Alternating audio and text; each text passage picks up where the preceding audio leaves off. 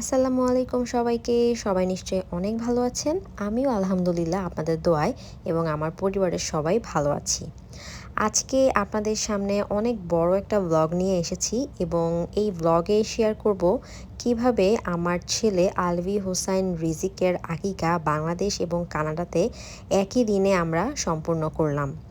তো এই যে দেখতে পাচ্ছেন মহিলারা কাজ করছে, এইটা কিন্তু কানাডার কোনো অংশ নয়, এটা বাংলাদেশে আমার ছেলের আকিকার অনুষ্ঠান সম্পন্ন হচ্ছে সেটার একটা ভিডিও। তো আমাদের যেহেতু মুসলমান, আমরা মুসলিম এবং আমাদের শরীয় অনুযায়ী সব বলা আছে যে মেয়ে হলে একটা খাসি এবং ছেলে হলে দুটো খাসি কোরবানি করতে হবে, আকিকা করতে হবে। তো আমরা সেটারই প্রস্তুতি নিচ্ছিলাম।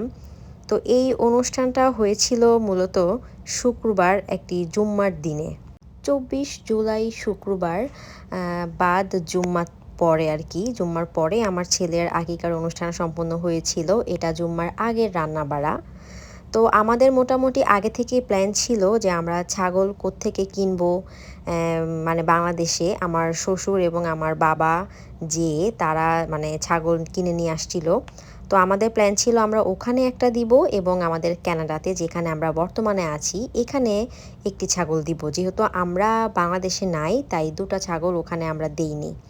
এখানে আমাদের অনেক ফ্রেন্ড সার্কেল হয়ে গিয়েছে অল্প সময়ের মধ্যে, তাই আমরা চেয়েছি যে আমাদের এখানের ফ্রেন্ড সার্কেলও হচ্ছে আমাদের ছেলের আকিকার অংশে শরিক হোক, তারাও পার্টিসিপেট করুক, যেহেতু সবাই আমাকে প্রেগন্যান্সি অবস্থায় দেখেছে। বাংলাদেশের এই পুরো ভিডিওগুলো ধারণ করেছে আমার বড় ননাস।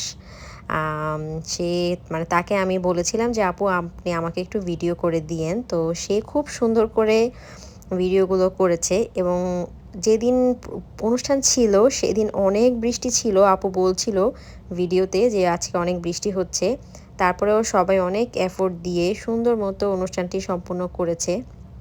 আমার বাবা, ভাবি, আমার শ্বশুর, শাশুড়ি, ননাস সবাই উপস্থিত থেকে সুন্দর মতো অনুষ্ঠানটি সম্পন্ন করেছে। এবং আমরা থাকলে হয়তো আরও বেশি মজা হতো, যেহেতু আমরা নেই তাই ওনাদের উপরই সমস্ত দায়িত্ব আর কি গিয়ে পড়েছিল। আজকে আমার ভাতিজা রিজিকের হাকিকার রান্নাবান্না চলছে। দোয়া করি বাবাটা যেন অনেক অনেক বছর সুস্থ সবল থাকে এবং বাঁচে, নেক হায়াত দান করুক, আল্লাহ থাকে সুস্থতা দান করুক, মানুষের মতো মানুষ হোক। বাবাটা তোমার জন্য অনেক অনেক আদর ও ভালোবাসা ফুপির তরফ থেকে, বড় ফুপির তরফ থেকে। ভালো থেকো। আমার শ্বশুরবাড়ি এবং আমার বাড়ি সব মিলিয়ে আমি একটা সন্তান, আমার আব্বু আম্মুর, তো আমার প্রথম সন্তান এবং আমার বাবা মায়ের প্রথম নাতি, এবং আমার শ্বশুর শাশুড়িদের ফ্যামিলিতে এটা প্রথম ছেলে সন্তান, ছেলে নাতি, তাও আবার বড় তার ফ্যামিলিতে। তো সব মিলে আসলে আনন্দের কোনো কমতি ছিল না। তবে আমি আসলে যখন এই ভিডিওগুলো দেখছিলাম আমার মনে হচ্ছিল যে আমি থাকলে হয়তো ভালো হতো, আমার ছেলেটা থাকলে হয়তো সবাই ওকে ধরতো, কোলে নিত। ও হয়তো হয়তো বুঝতো না, কিন্তু হয়তো যখন ভিডিও দেখতো তখন চিন্তা করতো আচ্ছা ওই টাইমে আমি বাংলাদেশে ছিলাম, আমার দাদা দাদি নানা নানি সবার সাথে ছিলাম। যাই হোক, আসলে এগুলো একটু দুঃখের কথা, এগুলো না বলি। বাংলাদেশের এই যে রান্নাবান্নার অ্যারেঞ্জমেন্টটা, এই জিনিসগুলো সব বরাবরই ভালো লাগে, কারণ লোকবল পাওয়া যায়, অনেকটা কষ্ট কমে যায়, সবাই মিলে টাকা দিলে আর কি লোকবল কিনে নেওয়া যায়। এই যে বাবুর্চি, তারপরে বুয়া, সবাইকে সুন্দর মতো একটু কাজ গুছিয়ে দিলে ওরা নিজেরাই নিজেদের মতো করে করতে পারে, এতে কষ্টটাও অনেক কম হয়। তো এখানে 2টা ডেক হচ্ছে খাসির তেহেরি করা হয়েছিল এবং এই তেহেরিগুলা সমস্ত আমাদের আত্মীয় স্বজনদের বাসায় পৌঁছানো হয়েছে, কিছু অংশ গরিবদের মাঝে বন্টন করা হয়েছে। সবচাইতে ভালো লেগেছে যে সবাই মিলে খুব সুন্দর মতো এই কাজগুলো গুছিয়ে করেছে, এটা দেখে ভালো লাগছিল যে আমার ভাবি ছিল, বাবা ছিল, শ্বশুর ছিল, শাশুড়ি ছিল, ননাস ছিল। তো এখানে প্যাকেটিংয়ের কাজ চলছে, সবাই একটি করে ডিম এবং স্যালাড এবং সাথে তেহেরি দিচ্ছিল খাসির। সবার মাঝে আনন্দ ছিল, আবার হয়তো একটু দুঃখও ছিল, কারণ আমরা নাই। আমি বারবারই বলছি যে আমরা নাই, কারণ আমি আসলে খুব মিস করছিলাম বাংলাদেশের এই অ্যারেঞ্জমেন্টগুলো। আর আমি বরাবরই হচ্ছে পোলাও বিরিয়ানির খুব মানে পাগল। তো মনে হচ্ছিল আমার ছেলের আকিকার তেহেরিটা আমি কেন খেতে পারলাম না, মানে আমার আফসোস হচ্ছিল আর কি, বাংলাদেশে আর বাংলাদেশের বাবুর্চিদের তো রান্নাটা একটু মজা হয়। তো আমার শাশুড়ির উপর একটু হ্যাসাল বেশি গিয়েছে, কারণ তার বাসায় হচ্ছে মানে বাসার ওখানে ছাগল রাখা হয়েছিল এবং ছাগলটা নাকি অনেক বিরক্ত করতেছিল। তো তার উপরে আসলে অনেক ঝামেলা গেছে। আম, ছাগল কেনার সময় তারা তিনজন ছিল, আমার বাবা, আমার শ্বশুর এবং আমার শাশুড়ি। তো বৃষ্টির দিন বলে আসলে সবার কাজেরই ছোটোখাটো একটু ব্যাঘাত ঘটছিল, বাট তারপরেও সব কিছু আলহামদুলিল্লাহ সুন্দর মতো তারা করতে পেরেছে। আমি আসলে খুব টেনশনে ছিলাম, আমি আর আমার জামাই, যে আসলে ওনারা ঠিকমতো করতে পারবে কি না, কারণ এইসব অ্যারেঞ্জমেন্টগুলো সবসময় আমরা নিজেরা থেকে করি। তো এবার চলেন সবার প্রতিক্রিয়াটা শুনি। এই হচ্ছে রিজিকের এভারগ্রিন মামি। মামি, আপনার অনুভূতি বলেন। আমার অনুভূতি অনেক ভালো, আলহামদুলিল্লাহ। দোয়া করি ভালো থাকুক, সুস্থ থাকুক। আচ্ছা, এই হচ্ছে রিজিকের আরেকজন নানি, না সরি দাদি, দাদি তাই না? রিজিকের বাবার মামি হয় এবং রিজিকের দাদি। আপনার অনুভূতিটা বলেন। আমার অনুভূতি ইনশাল্লাহ অনেক ভালো। আল্লাহকে বাঁচা রাখুক, এটাই আমার আশা। আলহামদুলিল্লাহ, আলহামদুলিল্লাহ, আমরা সবাই দোয়া করি রিজিকের জন্য, রিজিক যেন ভালো থাকে, সুস্থ থাকে। রান্না বান্না চলছে। এই যে রিজিকের নানা, নানা আপনার অনুভূতি বলেন আজকে আপনার নাতির আকিকা। আমি তো খুবই আনন্দিত এবং মুগ্ধ। লিগে আমার প্রথম নাতি, এতে তো আনন্দিত থাকবো অবশ্যই। আলহামদুলিল্লাহ, আলহামদুলিল্লাহ। এই হচ্ছে রিজিকের অনলি ওয়ান স্মার্ট এভারগ্রিন দাদি।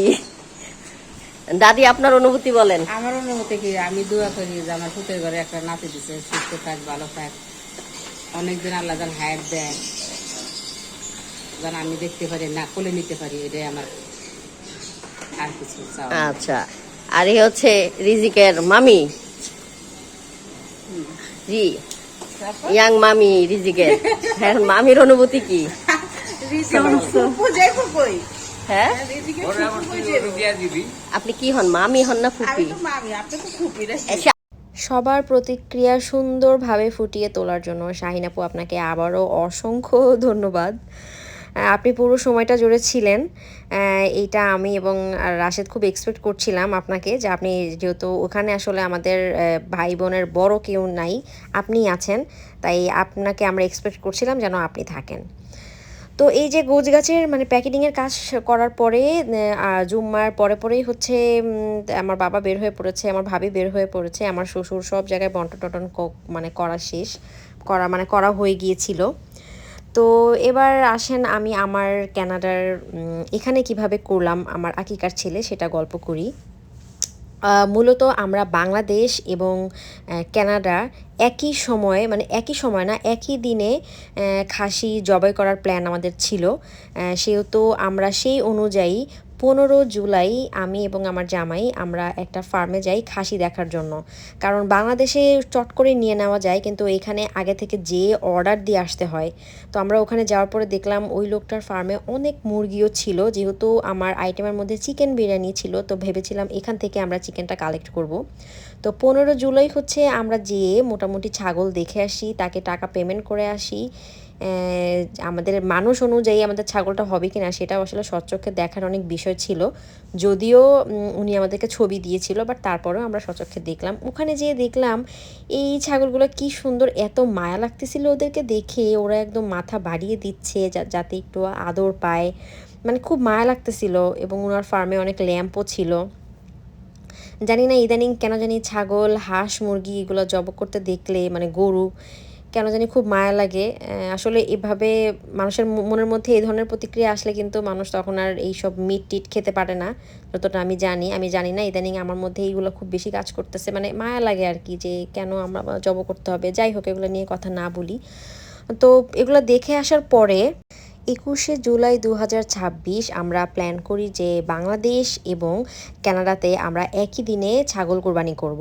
তো যেহেতু বাংলাদেশ এবং কানাডার রাত দিনের একটা বড় ব্যবধান রয়েছে, সেহেতু বাংলাদেশে 21 জুলাই আসরের সময় হচ্ছে আসরের পরে আর কি ছাগলটা কোরবানি করা হয় এবং বাই দিস টাইম ওনাদের রাত হতে হতে আমাদের সকাল হয়ে যায়।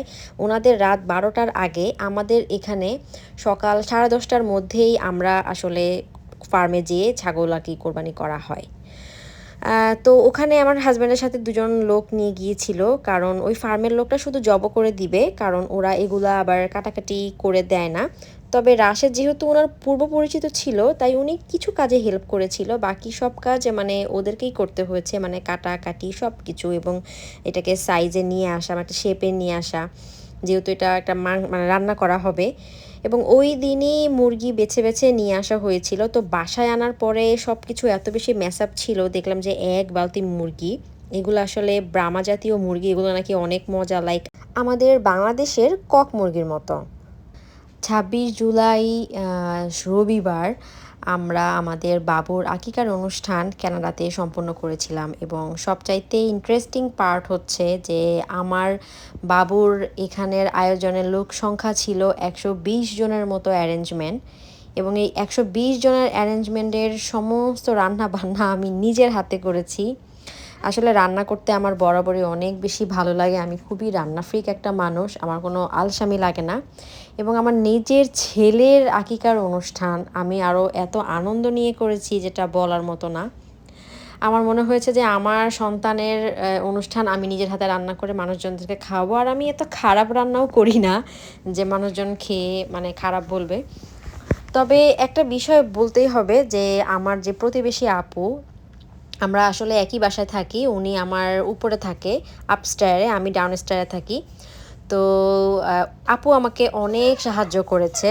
জানি না আপনাদের কাছে কি মনে হয়, তবে 120 জন মানুষের অ্যারেঞ্জমেন্টের রান্না এটা যদি আমরা বাংলাদেশে করতাম তাহলে আমাদের বাবুর্চি লাগতো হয়তো 2 জন, লোক সংখ্যা লাগতো আরও 4-5 জন হেল্পিং হ্যান্ড আর কি।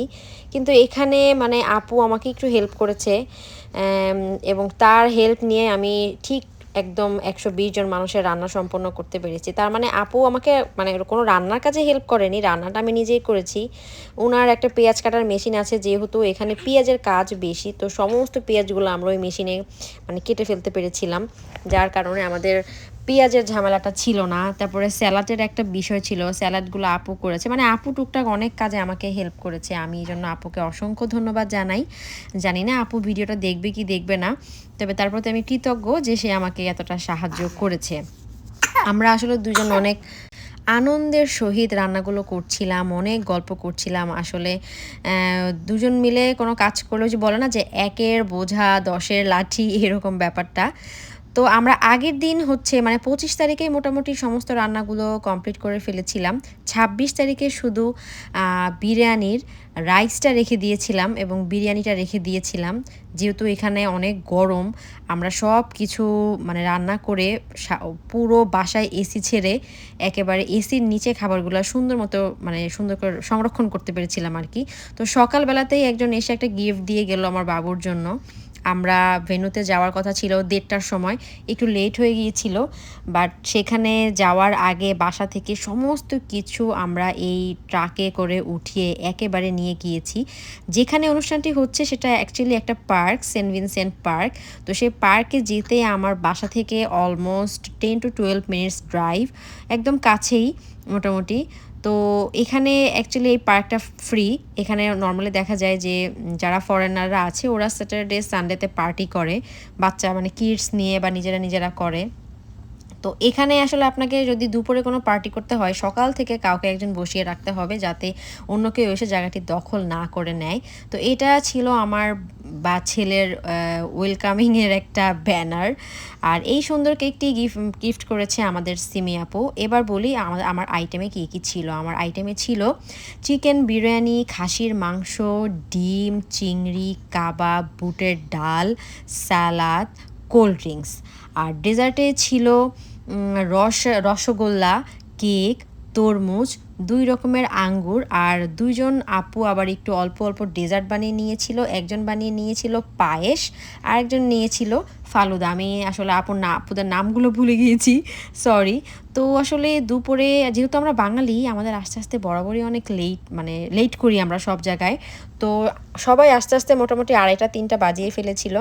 সবাই এত এবং আনন্দের সহিত খাচ্ছিল এবং এত ভালো ভালো কমেন্ট করছিল যে একা একটা ছোট বাচ্চা নিয়ে তুমি কিভাবে এত কিছু রান্না করলা, কিভাবে অ্যারেঞ্জমেন্ট করলা। এবং সবচাইতে ভালো জিনিস হচ্ছে যে যারা সিনিয়র ছিল তারা বলছিল যে আমাদের এখানে অনেক প্রোগ্রাম হয়, বাট একা তোমার প্রোগ্রামটা অনেক অর্গানাইজড ছিল।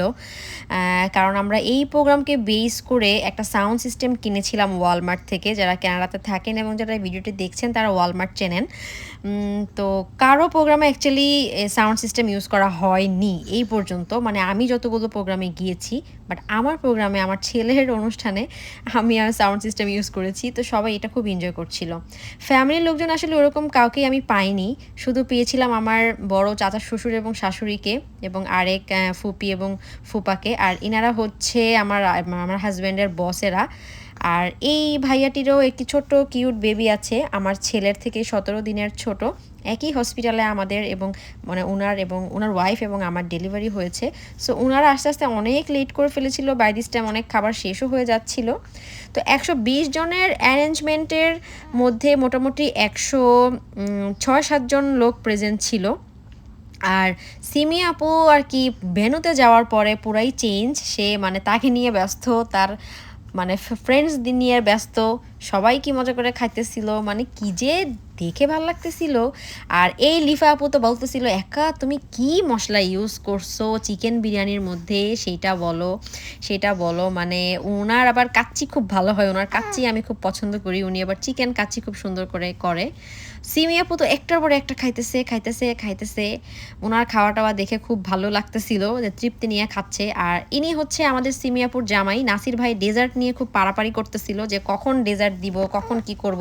কারণ আমরা বাঙালি বরাবরই আমাদের খাওয়ার পরেই আমাদের ডেজার্ট খাইতে হবে এবং আমরা কোনো সময় দিব না কাউকে যে সাথে সাথে আমাদেরকে ডেজার্ট দাও। তাই আর কি মানে দেরি করিনি, কেকটা তাড়াতাড়ি, বাচ্চা অন্যান্য অনেক বেবিরা আসছিল ওদেরকে নিয়ে আর কি তাড়াতাড়ি করে কেটে ফেললাম। ওরা আমার বাবুকে এমন যাতাযাতি করতেছিল, মানে আমার বাবু পুরা চ্যাটকায় ভ্যাটকায় ছিল আর কি, চিন্তা করতেছিল আজকে আম্মু আমাকে কোথায় নিয়ে আসছে। আর এই যে ডেজার্টে সবাই, আর এত গরম থাকাতে তরমুজ হচ্ছে আমরা 2টা নিয়ে গিয়েছিলাম, 2টা তরমুজে সবাই এত মজা করে খেয়েছে। এবং তরমুজের যে বাইলা তরমুজ যেটাকে বলে সেরকম একটা তরমুজ ছিল। আর এই যে আমার চাচা শ্বশুর, চাচা শাশুড়ি, ওনারা টরন্টো থেকে আসছিলেন। এই যে আমাদের হাফিজ ভাই, উনি অনেক হেল্প করেছে আমাদের প্রোগ্রামটাকে সুন্দর করে মানে অর্গানাইজ যেটাই বলি মানে সুন্দর করে করার জন্য। বিকেল দিকে আপুরা সবাই বসে বসে আড্ডা দিচ্ছিল এবং বিকেলেও আমাদের চায়ের একটা অ্যারেঞ্জমেন্ট ছিল, যেখানে চায়ের সাথে ছিল ছোলা এবং মুড়ি।